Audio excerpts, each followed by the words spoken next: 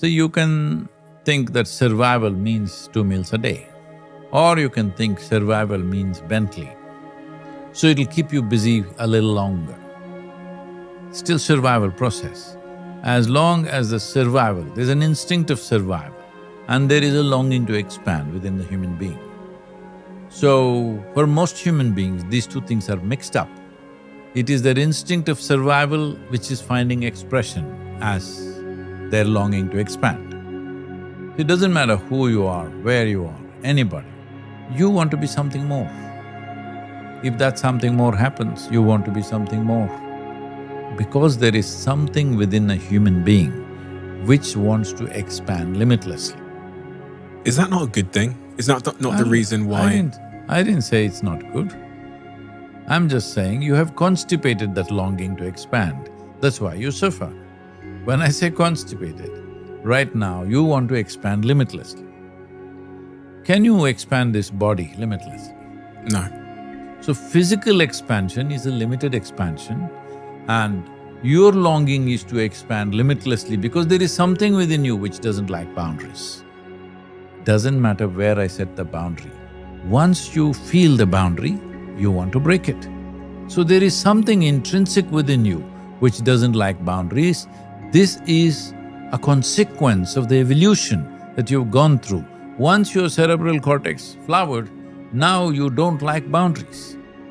But you're trying to expand in an infinite way by counting 1, 2, 3, 4, 5. Can you ever count 1, 2, 3, 4, 5 and one day say infinity? You'll only get into endless counting. That's all that's happening. That's why I said your longing to expand is a limitless process. But right now you're constipated. You're going one little step at a time. Constipation means just this, it happens little by little. What is the means to become a boundless expansion? If you look at that, then we say consciousness. This is what raising human consciousness means, because you realize physical expansion is not a realistic thing. We can make physical arrangements as we want, as we need for our convenience and comfort, but that is not the way to expand. Expansion needs to happen in a way that it's not physical in nature. So the only problem is, you're identified with things that you're not. So the whole lot of confusion about everything. So if you're successful, you suffer, if you're failure, you suffer. If you're… See, look at the thing. Is there one thing that human beings are not suffering? Just tell me. Somebody is poor, they suffer their poverty. Somebody becomes rich, they suffer the taxes. No children, they suffer that. Give them children every day, pain, something or the other. So it looks like whole life is suffering. So somebody makes a philosophy, whole life is suffering, you must go to heaven. Whether there is a place better than this somewhere or not, you don't know. You're just claiming these things to somehow fix your psychological sloshing that's happening inside. You're making up things to somehow believe something so that your psychology won't just splash all over the place and go crazy. You're trying to hold yourself in place, telling yourself fairy tales, all right?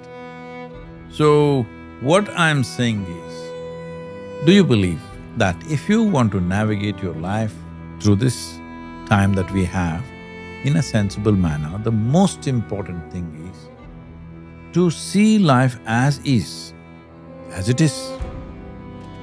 If I don't see in this room things as they are, I will walk into this table, I will bump into somebody, I will do crazy things every day.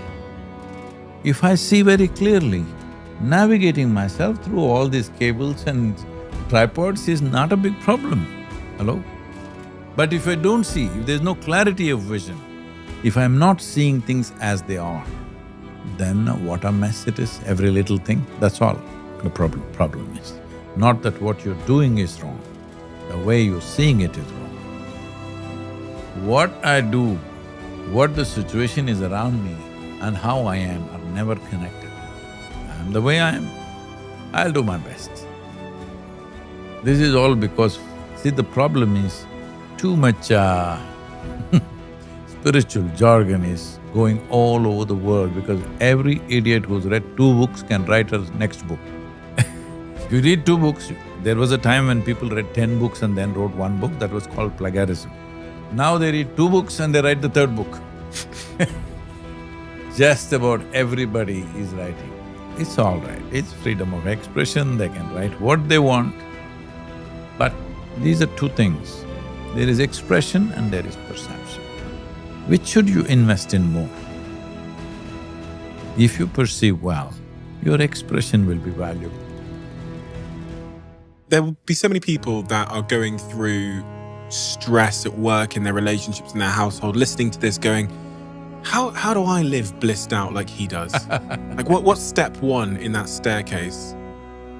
See, whatever you call it by whatever name you want. Stress, anxiety, tension, depression, bipolar, this one, that one, many things. I was talking to some of the top psychiatrists in UK, and they told me there are 72 varieties of psychological ailments. I thought there may be half a dozen, but they said there are 72 varieties of psychological ailments. I was really surprised, 72, that's like a golf game, no? Then I asked, what are these? They told me quite a few things. One of the things they told was compulsive nose picking. Even if they're bleeding in the nose, they can't stop it. Leave the nose picking, it's compulsiveness. You're compulsive in your thought, compulsive in your emotion, compulsive in your actions, that's all the problem is. How do you fix compulsiveness? If this room is dark, how do you fix it? Let's do one thing, both of us fight with this darkness and push it out of the window. There's no such thing, if you turn on the light, it's gone. So, there is no substitute for consciousness. If you become conscious, compulsive behavior is gone. Suppose you are in thought, emotion, action and energy, you are not compulsive, that you can create whatever thought you want, whatever emotion you want. Would you keep yourself blissed out or miserable? What's your choice? For yourself, every human being, for themselves, they want the highest level of pleasantness, so the intent is already there. I don't have to inspire them, be blissed out, there's no such philosophy.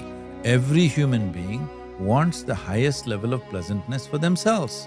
Those who think it's hopeless here, they're the ones who created heaven. They said, there is a place which is always pleasant. But they don't have any proof. We are not already in heaven and making a mess out of that. This is planet Earth and it's a fantastic place, and it's the most fantastic place we have seen in the known universe. See, whatever kind of mental ailment you talk about, essentially, when your intelligence turns against you, there is no power in the universe which can help you. But why is my intelligence turning against me? Somewhere we have not learned how to handle it, isn't it? Your education systems, your society, nowhere is there anything to teach a child how to handle their own intelligence, their own emotions, their own thoughts. There is no such thing. All fixing, mechanic shop, repair jobs everywhere. Leave the repair jobs. The simple thing is this. Right now, our way of doing life is very forceful. See, you are the only creature who can decide your way of being, no matter what is the surrounding. Every other creature is an instinctive reaction to what's happening around them, because they are only fired by their survival instinct. They don't have any other aspiration. Once their stomach is full, their life is settled. For a human being, stomach empty, there's only one problem. Stomach full, 100 problems, because life doesn't settle with survival. You want to be something else all the time. The problem is you're a being, you're supposed to know how to be. How far away have human beings gone from the definition or that aspiration?